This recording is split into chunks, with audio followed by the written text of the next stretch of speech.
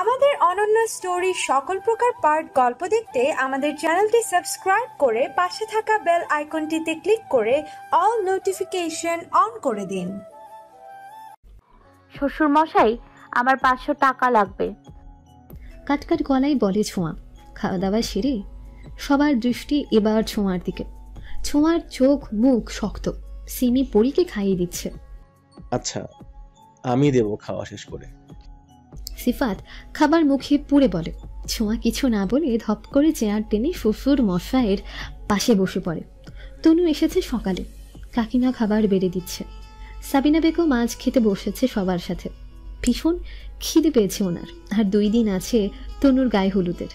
আজকে থেকে প্যান্ডেল সাজানোর লোকজন চলে এসেছে। টাকা দিয়ে কি করবে ছোঁয়া? তনু মুখে খাবার পুরে বলে। ছোঁয়া উত্তর দেয় না। কি উত্তর দেবে? বলবে সাদির কাছে যাব? কেউ যেতে দেবে না জানা আছে ছোঁয়ার, তাই বলা যাবে না।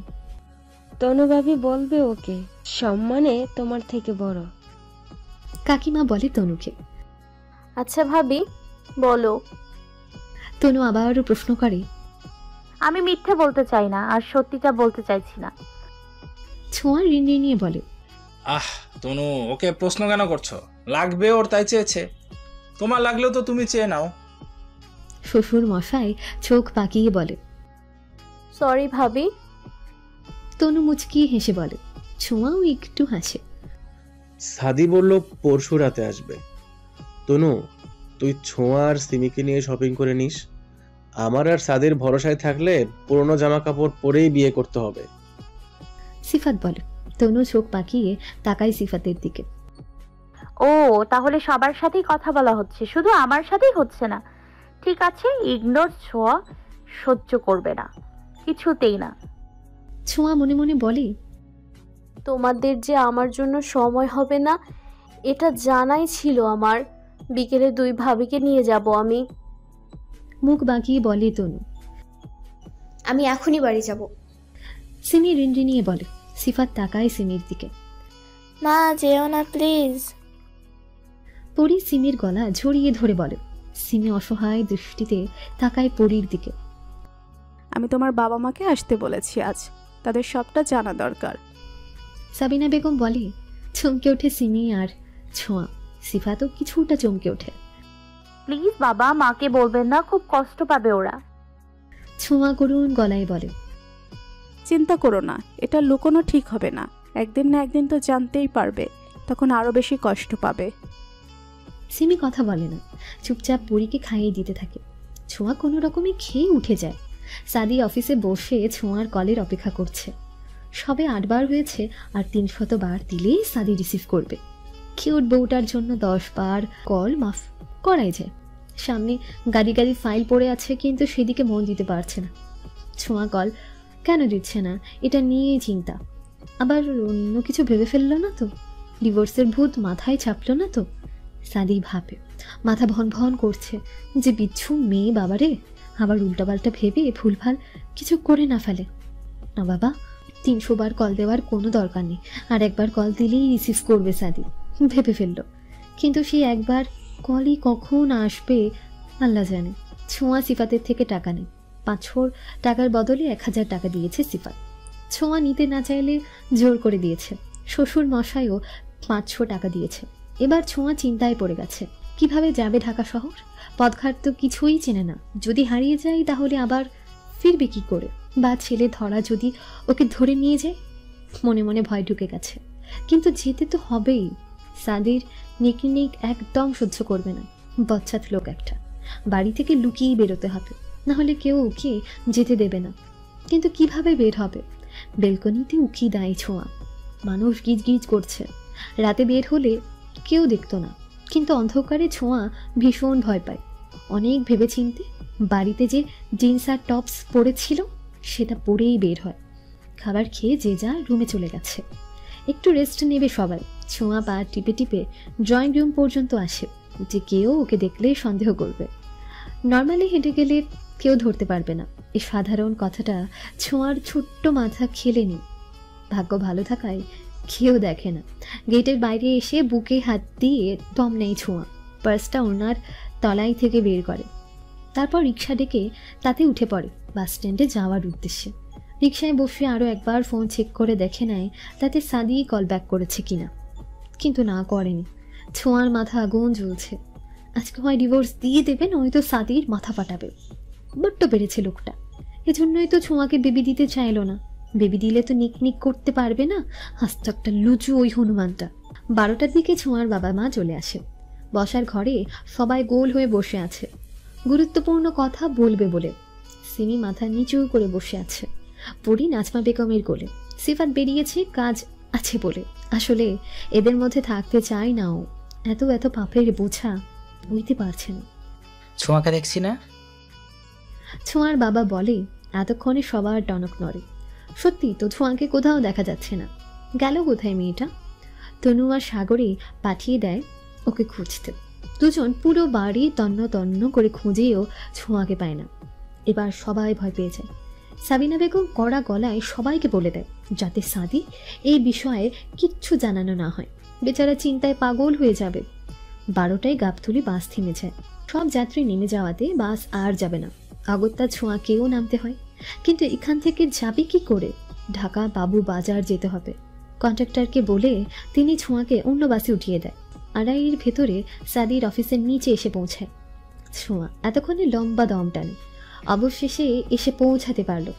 10তলা অফিসটা। এবার সাদি কয়তলায় সেটা তো জানে না ছোঁয়া। কি করবে এবার? লিফটে তো কখনো ওঠেনি, অভ্যেস নেই, জানেও না কি করে উঠতে হয়। পায়ে হেঁটে যাবে কি করে 10তলা পর্যন্ত? দাঁত দিয়ে নখ কাটতে থাকে ছোঁয়া। আপামনি কাউরে খুঁজতেছেন? গেটের দারোয়ান বলে। ছোঁয়া এবার একটু সাহস পায়। হ্যাঁ, আপনার বর সাদমান চৌধুরী এখানে জব করে, ওনাকে খুঁজতে এসেছি। ছোঁয়া এক গাল হেসে বলে, 2 তলার বাস, পাশের কেবিনটা আপনার, যাও। দারোয়ান গেট খুলে দেয়। ছোঁয়া ধন্যবাদ জানিয়ে ভেতরে ঢুকে পড়ে। এবার সাদির হয় মাথা ফাটবে, নয়তো বউ হারা হবে। সিঁড়ি বেয়ে উপরে গিয়ে ডান পাশের রুমের উপরে সাদমান চৌধুরী নামটা দেখতে পায় ছোঁয়া। বুঝে যায় এটাই সাদির কেবিন। কেবিনের বাইরে একজন লোক দাঁড়িয়ে আছে। লোকটার গায়ে দারোয়ানের পোশাক। কেবিনের বাইরে যে দারোয়ান থাকে এটা জানা ছিল না ছোঁয়ার। ছোঁয়া এগিয়ে যায়, কেবিনের দরজায় হাত দিতেই যাবে, তখনই লোকটা এগিয়ে আসে। Excuse me ma'am. ছোঁয়া ভ্রুকুচকে লোকটার দিকে তাকায়। লোকটা মাথা নিচু করে ফেলে। স্যার, ইম্পর্টেন্ট মিটিং আছে, এখন কাউকে ঢুকতে দেওয়া নিষেধ। কাচুমাচু হয়ে দাঁড়িয়ে বলে লোকটা। ছোঁয়া সেভাবেই দাঁড়িয়ে থাকে। ইচ্ছে করছে লোকটার মাথা ফাটাতে।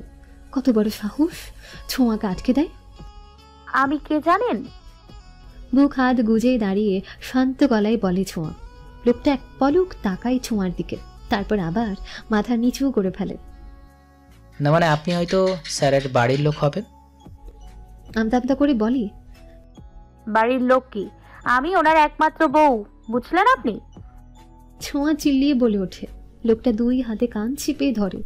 আশেপাশের মানুষরা এগিয়ে এসেছে, সবাই কানাঘুষা করতে থাকে, এটা সাদি স্যারের বউ। ম্যাম আস্তে কথা বলুন। লোকটা 2 হাত এক জোর করে ফিসফিসিয়ে বলে। কেন আসতে বলবো? আমার বরের অফিস, আর আপনি আমাকে ঢুকতে দিচ্ছেন না? আপনাকে পুলিশে দেওয়া উচিত। নিশ্চয়ই আপনার কোনো মতলব আছে। আগুন চোখে তাকিয়ে বলে ছোঁয়া। ততক্ষণে অফিসের মেইন বস চলে এসেছে। রহিম, কি হয়েছে? ছোঁয়ার দিকে এক পলক তাকিয়ে বলে। বসকে দেখে যে যার কাজে চলে যায়। ছোঁয়া বসের দিকে এগিয়ে আসে। এটা আমার বরের কেবিন, আমি ঢুকতে গেছি, উনি আমাকে ঢুকতে দেয়নি। ছোঁয়ার আগে ফুসতে ফুসতে বলে। বস হেসে ফেলে। নাম কি তোমার? ছোঁয়ার মাথায় হাত পুলিয়ে বলে, মিসেস সাদমান চৌধুরী। গাল ফুলিয়ে বলে ছোঁয়া। ও আচ্ছা, তো আমি তোমাকে কি বলে ডাকবো? মুচকি হেসে জিজ্ঞেস করেন উনি। ছোঁয়া লোকটাকে দেখে। বয়স 50-এর কাছাকাছি হবে। চুলগুলো আধপাকা, ধপধপে ফর্সা। সুটকোট পরায় বোঝাই যাচ্ছে ভদ্রলোক। অফিসের বস বস একটা গন্ধ আসছে ওনার থেকে। ছোঁয়া বলে ডাকবেন। মুচকি হেসে বলে ছোঁয়া। বাহ, দারুণ তো নামটা। বস ছোঁয়াকে দেখে। মেয়েটাকে সুন্দরী বলা চলে না, মায়াবতী বলা যায়। চোখে মুখে কি মায়া! সাদমান কি সাধে পাগল হয়েছে? কিন্তু বয়সটা খুবই কম। নিঃসন্দেহে এই মেয়ের সাথে সাদমানের যায় না, কিন্তু তবুও মানতে হবে, কারণ এই পিচ্ছি মেয়েটা সাদমানের বউ। দীর্ঘশ্বাস ফেলেন উনি। রহিম, তুমি এখানে কি করছো? রহিম স্যারের লোকটা ঘাবড়ে যায়, দরদর করে ঘামতে থাকে। না মানে স্যার। আমতা আমতা করে বলতে যায়। আচ্ছা ঠিক আছে, আমার কেবিনে এসো তুমি, অনেক হিসেব করার আছে। রহিমকে উদ্দেশ্য করে বলে। রহিমের গলা শুকিয়ে যাচ্ছে, ভয়ে হাত পা থর থর করে কাঁপছে। তুমি যাও। ছোঁয়া বসের দিকে তাকিয়ে মিষ্টি করে হাসে। বসও ছোঁয়ার মাথায় হাত বুলিয়ে দেয়। ছোঁয়ার মুখটা দেখে প্রাণ জুড়িয়ে যাচ্ছে, মনে হচ্ছে ইস, এই মেয়েটা যদি আমার মেয়ে হতো। রহিমকে ভেঙচি কেটে সাদির কেবিনের সামনে গিয়ে দাঁড়ায় ছোঁয়া। আস্তে করে ধাক্কা দেয়, খুলে না, তারপর সবটুকু শক্তি দিয়ে জড়িয়ে ধাক্কা দেয়, সাথে সাথে খুলে যায়, আর ছোঁয়া হুড়মুড় করে ঢুকে পড়ে। এভাবে রুমে ঢোকাতে সাদি আর মেঘা নজর পড়ে ছোঁয়ার দিকে। চমকে উঠে দুজনই। ছোঁয়া সোজা হয়ে দাঁড়িয়ে মেঘার দিকে তাকিয়ে আছে। সাদির পাশে চেয়ার টেনে বসেছিল মেঘা। পরনে হাতাকাটা হাঁটু অব্দি কালো ফ্রক, চুলগুলো উঁচু করে ঝুঁটি বাঁধা, গলা বড়। সাদিও কালো শার্ট পরেছে। ছোঁয়া চোয়াল শক্ত করে ফেলে। তুমি এখানে? সাদি শুকনো ঢোক গিলে ফেলে, বলে। ছোঁয়া পার্স থেকে ফোন বের করে ভিডিও করতে থাকে সাদি আর মেঘাকে। এটা দেখে মেঘা আরও একটু চিপে দাঁড়িয়ে। সাদির কয়েক সেকেন্ড সময় লাগে বুঝতে ছোঁয়া ঠিক কী করছে। যখন বুঝতে পারে তখন এক লাফে সরে দাঁড়ায়। ছোঁয়া ফোনটা আবার পার্সে ঢোকায়। এখানে নিকনিক চলছে বলে বাইরে পাহারা দেওয়ার জন্য লোক ফিট করে রেখেছিলেন, তাই না? ছোঁয়া শান্ত গলায় বলে। সাদি কপালে 3টে ভাঁজ ফেলে। মেঘা মিট মিট করে হাসতে থাকে। তুমি এখানে কিভাবে আসলে? সাদি জিজ্ঞেস করে। আমাকে নিয়ে আপনাকে ভাবতে হবে না, অভিমানী কণ্ঠে বলে ছোঁয়া। চোখ দুটো চিকচিক করছে, গলা কাঁপছে। এজন্যই আমাকে বেবি দিতে চান না আপনি। বেবি এসে গেলে তো আর নিকনিক করতে পারবেন না। বলেই ছোঁয়া বেরোতে নেয়। সাদি ছোঁয়ার হাত টেনে ধরে। শোনো আমার কথা। ছোঁয়া তাকায় না সাদির দিকে। কালকে আমাদের প্রেজেন্টেশন পুরোটা আমি আর মেঘা করেছি, সেটা নিয়েই ডিসকাস করছিলাম। সাদি বলে। তার জন্য আমার ফোন রিসিভ করছিলেন না? ছোঁয়া কান্না আটকে বলে। সাদি মুচকি হাসে। ছোঁয়াকে সামনে এনে দাঁড় করায়। ছোঁয়া মাথা নিচু করে দাঁড়িয়ে আছে, 2 চোখ পেয়ে টপটপ করে পানি পড়ছে। একা এসেছো? সাদি ছোঁয়ার থুতনিতে হাত দিয়ে মুখটা উঁচু করে বলে। ছোঁয়া উত্তর দেয় না। স্যার, আমাদের এখনো কাজটা কমপ্লিট হয়নি। ন্যাকামি ছাড়ুন আর নিজের জায়গায় এসে বসুন। মেঘা বিরক্তিতে চোখ মুখ কুচকে ফেলে, বলে। সাদি দাঁতে দাঁত ছিপে তাকায় মেঘার দিকে। তুমি এখন আসতে পারো, বাকিটুকু আমি একাই করে নিতে পারবো, বলে সাদি। হাত মুষ্টিবদ্ধ করে ফেলে মেঘা। চলো তোমাকে দেখাই আমরা কি বানিয়েছি। সাদি ছোঁয়ার হাত ধরে টেনে ল্যাপটপের সামনে নিয়ে যায়। চেয়ার টেনে দেয় ছোঁয়াকে বসার জন্য। ছোঁয়া বসে না, ঠাই দাঁড়িয়ে থাকে। সাদি বসে যায়। ছোঁয়াকে দেখাতে থাকে স্বপ্নের বাড়িটা। ছোঁয়ার সেদিকে মন নেই, মনটা পুরোপুরি মেঘা ড্রেস আপের দিকে। এই ড্রেস দেখিয়ে পাগল বানাতে চাইছে সাদিকে। এখন পাগল বানাবে তো ছোঁয়া। বাঁকা হাসি ছোঁয়া। আমি আপনার কে হই? বাঁ হাতের উল্টো পিঠে চোখের পানি মুছে নাক টেনে প্রশ্ন করে ছোঁয়া। সাদি ভরকে যায়। মেঘা পূর্ণ দৃষ্টিতে তাকায় ছোঁয়ার দিকে। বলুন। সাদির উত্তর দিতে দেরি হচ্ছে বলে আবারও প্রশ্ন করে ছোঁয়া। বউ হও। সাদি বলে। ইয়েস, আমি আপনার বউ হই। 7 মাস হয়ে গেছে আপনার আর আমার বিয়ের, তাই না? এক গাল হেসে বলে ছোঁয়া। সাদি ভ্যাবলার মতো তাকিয়ে মাথা নাড়ায়। তো আমি আপনাকে 2টো অপশন দিচ্ছি, ওকে? 1, আমাকে আজকেই ডিভোর্স দিতে হবে। 2, না হলে পুরো অফিসের সবাইকে মিষ্টি খাওয়াতে হবে আর সবাইকে বলতে হবে আমি আপনার বউ। বলুন কোনটা করবেন? ঘরে বউ রেখে বাইরে নিকনিক করতে আমি একদমই দিব না। সাদি মাথায় হাত দিয়ে বসে পড়ে। ডিভোর্স দিয়ে দেবে। মেঘা বলে। আপনি চুপ থাকুন। ছোঁয়া দাঁতে দাঁত চেপে বলে। আমি চুপ থাকবো না। মেঘা বলে। তাহলে আমি চুপ করিয়ে দিচ্ছি। ডেস্কের উপর থেকে পানির গ্লাসটা নিয়ে মেঘার মুখে ছুঁড়ে মারে। হন্তদন্ত হয়ে যায় মেঘা। সাদি বড় বড় চোখ করে তাকায়, তারপর টিস্যু নিয়ে মেঘার মুখ ঘষতে থাকে ছোঁয়া। মেঘা ছোঁয়াকে ছাড়াতে না পেরে ধাক্কা দেয়, সাদির উপর এসে পড়ে ছোঁয়া। সাদি দু হাতে আগলে নেয়, ছোঁয়া আরামসে সাদির কোলে বসে। কড়া মেকআপ উঠে গেছে, কাজল লিপটে গিয়ে ভূতের মতো হয়ে গেছে, লিপস্টিক ঠোঁটের চারপাশে লেগে গেছে, চুলগুলো এলোমেলো। পারফেক্ট ভূত লাগছে মেঘাকে। ছোঁয়া খিলখিলিয়ে হেসে ওঠে, সাদিও মুচকি হাসে। মেঘা দাঁত কটমট করে ছোঁয়ার দিকে তাকিয়ে রাগে গজগজ করতে করতে বেরিয়ে যায়। মেঘা বেরিয়ে যেতেই ছোঁয়া সাদির দিকে ঘুরে বসে, দুই হাত মুঠো করে ধরে সাদির চুলগুলো। সাদি ছোঁয়ার হাত দুটো মুঠো করে ধরে। নিজের মেয়ের সাথে এত কিছু হয়ে গেল, অথচ বাবা মা টেরি পেল না। নাজমা বেগম আঁচলে মুখ গুজে কাঁদছে, শফিকুল রহমান সিমির দিকে তাকিয়ে আছে। সিমি শক্ত করে পরীকে ধরে মাথা নিচু করে বসে আছে। সাবিনা বেগম, তনু, তনুর বাবা, কাকিমা, সাগর সবাই মাথা নিচু করে বসে আছে। সিমি চল মা। শফিকুল রহমান দাঁড়িয়ে বলে। চমকে ওঠে সবাই। আমার ছেলে ভুল করেছে, আমি আপনার কাছে সমাধান চেয়েছি। সোহেল চৌধুরী শফিকুলের সামনে এসে দাঁড়িয়ে বলে, ভুল বলবেন না, এটা ভুল না, অন্যায় করেছে। আমি আমার মেয়েকে আর নাতনিকে নিয়ে যাব। আশা করি আপনারা কখনো অধিকার নিয়ে যাবেন না, তাহলে আমি পুলিশের সাহায্য নিতে বাধ্য হব। আপনাদের বিশ্বাস করতে পারছি না আমি। ছোঁয়া আসলে ওকেও নিয়ে যাব আমি। কোনো সম্পর্ক রাখতে চাই না আপনাদের সাথে। কর্কশ গলায় বলেন উনি। মারছো কেন? সাদি ছোঁয়ার দুই হাত মুঠো করে ধরে ব্যথাতুর কণ্ঠে বলে। ছোঁয়া রাগে ফুসফুস করছে, জোরে জোরে শ্বাস টানছে। এই মুহূর্তে সাদিকে তাজা চিবিয়ে খেতে ইচ্ছে করছে ছোঁয়া। সাদি হাত ধরে থামাতেই রাগটা আরো বেড়ে গেছে। হাত ছাড়ুন, গম্ভীর গলায় বলে। সাদি হাত ছেড়ে দেয়। ছোঁয়া চিমটি কেটে দেয় সাদির হাতে। ব্যথায় আ করে ওঠে সাদি। ছোঁয়া সাদির থেকে চোখ সরিয়ে নেয়। এতক্ষণে সবটা ক্লিয়ার ছোঁয়ার কাছে। বাইরে দারোয়ান কেন ছিল এটাও পানির মতো পরিষ্কার। এটা অফিসে, এখানে এসব ড্রেস এলাও না, এটাও জানে ছোঁয়া। বস দেখলে চাকরি খেয়ে নেবে, তাই দারোয়ান দাঁড় করিয়ে রেখেছিল, যাতে দারোয়ান কাউকে ভেতরে ঢুকতে না দেয়। আর মেঘা আরামসে সাদিকে পটাতে পারে। সাদিটাই কি বুদ্ধরাম, বসকে কমপ্লেইন না করে আরামসে কাজ করে যাচ্ছে। অবশ্য যাবে নাই বা কেন, ফ্রিতে শরীর দেখতে পেল, কত মজা পেল। আজকে ছোঁয়া জন্মের ঠ্যাং দেখিয়ে দেবে। ছোঁয়া এক ঝটকায় সাদির থেকে দূরে সরে আসে।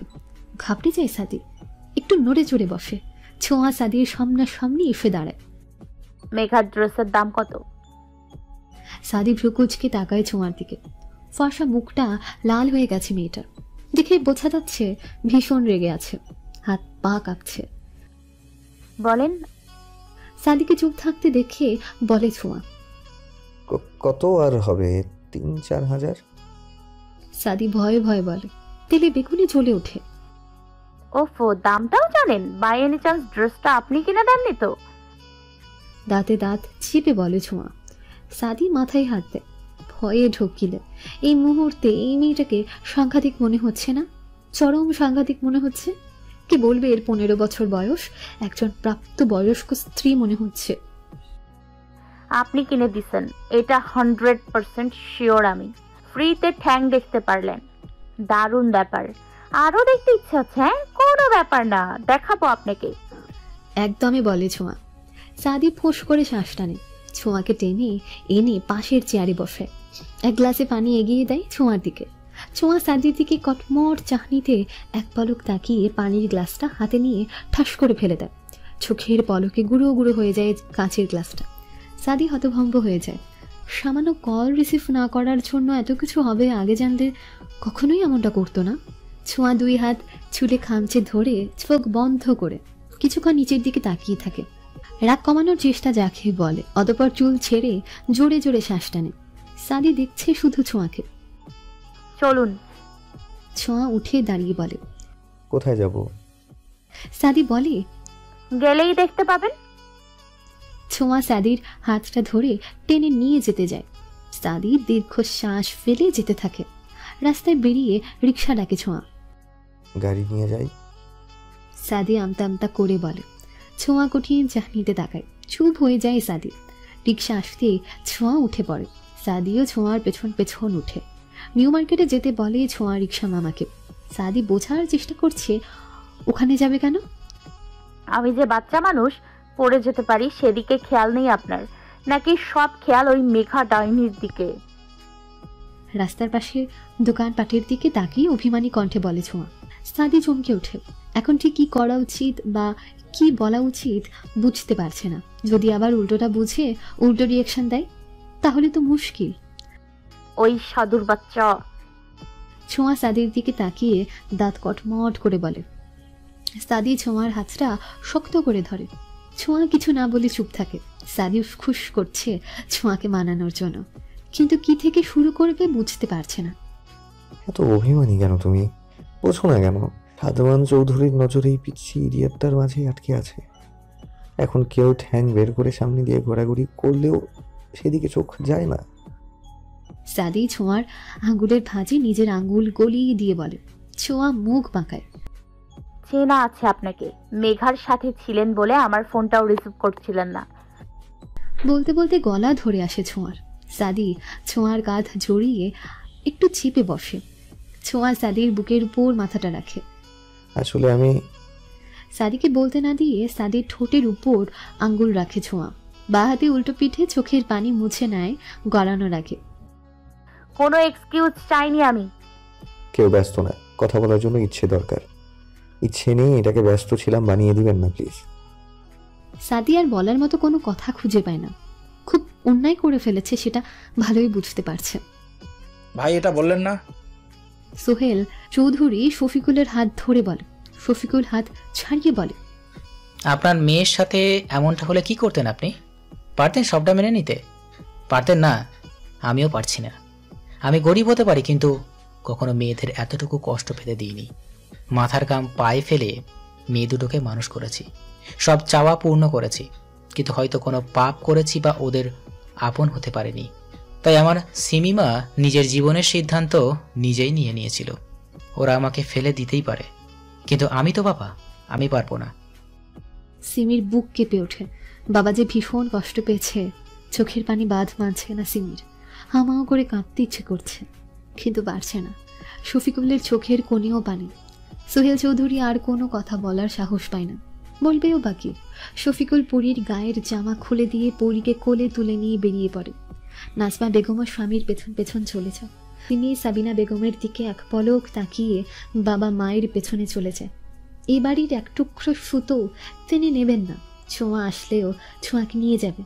বড় এমন, ছোট ভাই নিশ্চয়ই এমনই হবে। একই রক্ত বইছে দুজনের শরীরে। দুই মেয়েরই একই অবস্থা, তিনি হতে দেবেন না।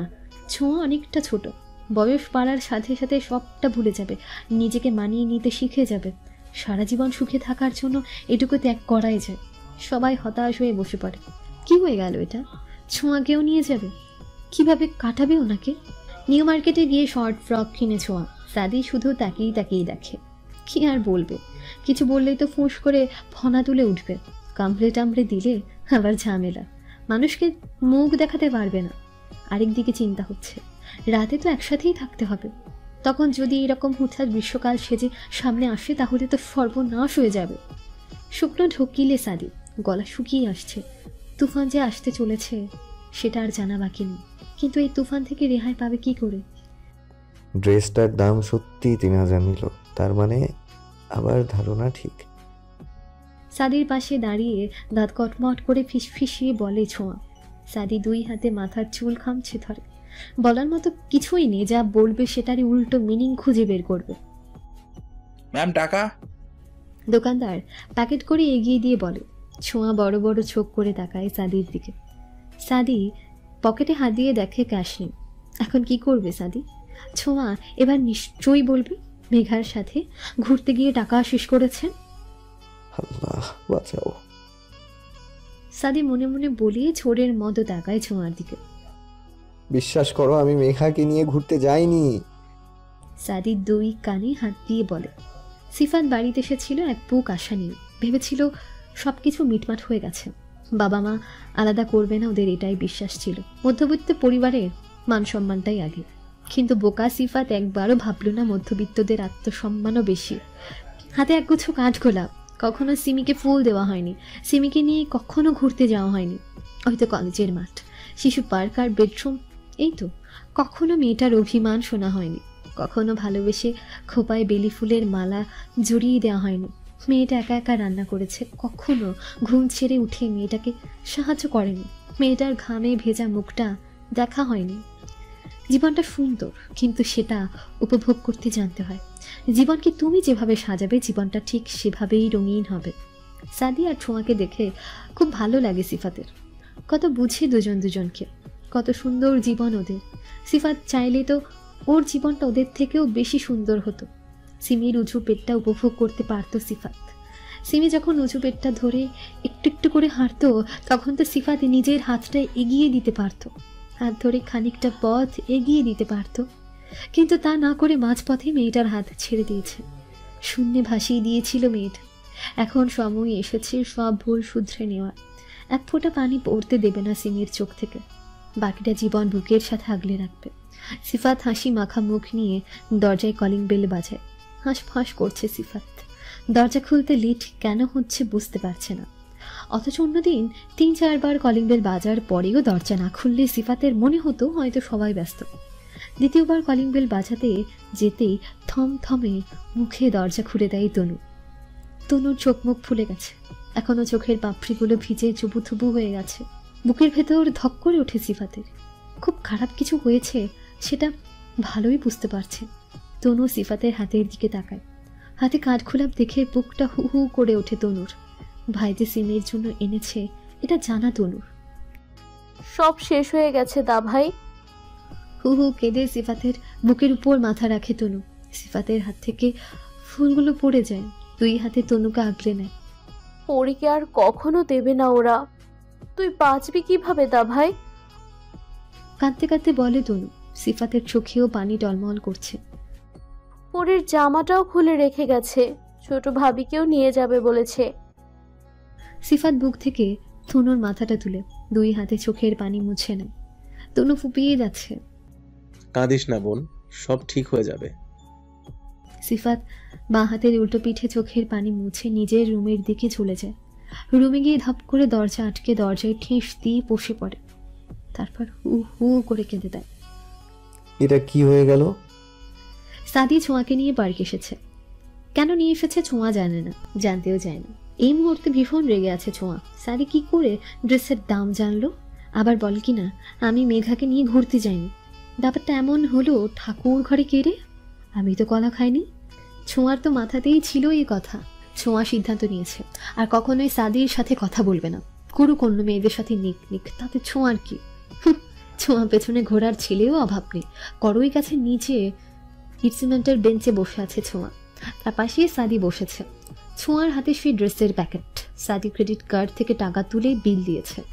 এই নিয়ে ছোঁয়া একটা কথাও বলেনি, আর বলবেও না।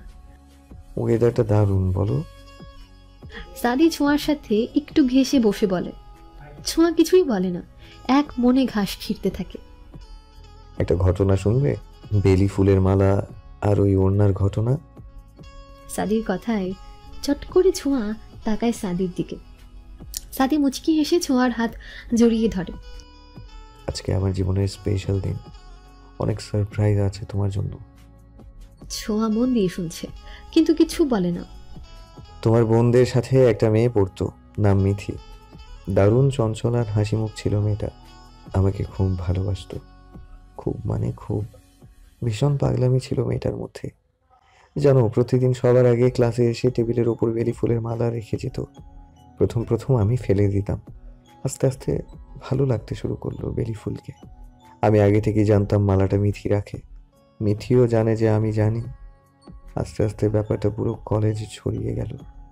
কানা ঘুষা শুরু হলো, কিন্তু ফুলের মালা রাখতে ভুলতো না মেয়েটা। তবে কখনো আমার সামনে এসে কথা বলেনি, আমিও বলার প্রয়োজন মনে করিনি। তারপর একদিন মেয়েটা খুব অস্বাভাবিক একটা কাজ করে বসলো। ভরা কলেজের মাঠে প্রপোজ করে দিল আমায়। আর আমি সেই দিনই জানতে পেরেছিলাম আমার ভাইয়ের কাহিনী। ভীষণ রেগেছিলাম। সেই রাগ আর মিথি প্রপোজ করা, দুটোর রাগ মিশিয়ে পরপর 2 চর বসিয়ে দিই মিথির গালে।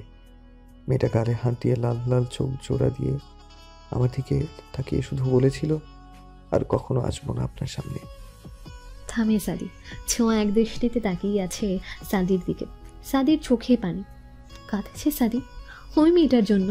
ছোঁয়ার হাতটা আরও একটু শক্ত করে মুঠো করে ধরে সাদি। ভালো লাগা ভালোবাসাটা ভেতর থেকে আসে, চাইলে জোর করে আমি ভালো লাগাতে পারি না। মিথিকে আমার ভালো লাগতো, এটা আমি অস্বীকার করব না, কিন্তু ভালোবাসতে পারিনি। এখন কোথায় মিথি? ছোঁয়া ধরে আসা গলায় বলে। সাদি চোখ বন্ধ করে বলে, নেই। অস্পষ্ট স্বরে বলে সাদি। চমকে ওঠে ছোঁয়া। নেই মানে? বিচলিত হয়ে বলে ছোঁয়া। সাদি হাতের উল্টো পিঠে চোখ মুছে নেয়। অন্য এক সময় বলবো, আজকে আমার আর তোমার দিন, চাইছি না মুড অফ করতে। সাদি মুচকি হেসে বলে। ছোঁয়া আর কিছুই বলে না, চুপচাপ মাটির দিকে তাকিয়ে থাকে। সাদির ফোন বেজে ওঠে।